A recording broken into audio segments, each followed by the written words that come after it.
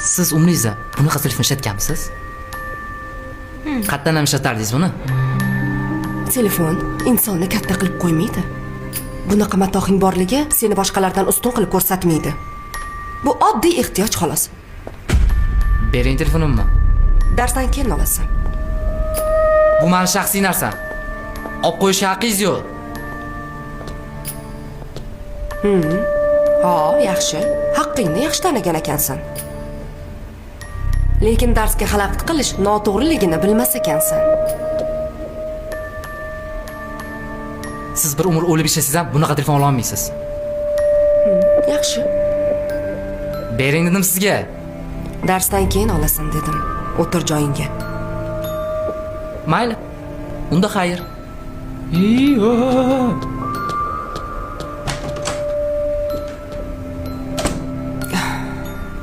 Bolalar, e'tibor bermaymiz. Darsni davom ettiramiz.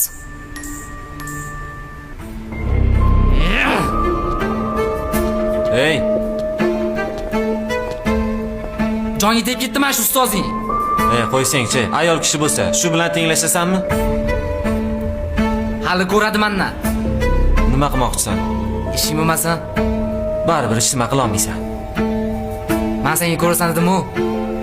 Dilshod opani hamma hurmat qiladi. Qo'lingdan hech nima kelmaydi. Qo'y, siqilma. Buni hali ko'ramiz. Hali mashq qilgan ishiga pushaymon bo'ladi.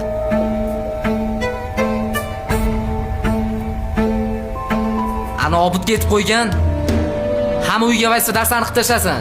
Algebra qolib ketgacha. Muammo yo'q. Anu, xarajati bor-da. Ma, yetadimi?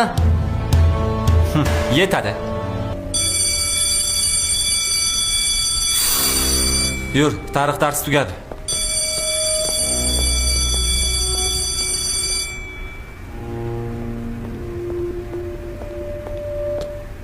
Ustoz, uzr, boshqa qaytarmaydi. Ozgina qiziqib ketib qoldim. Mana telefoning.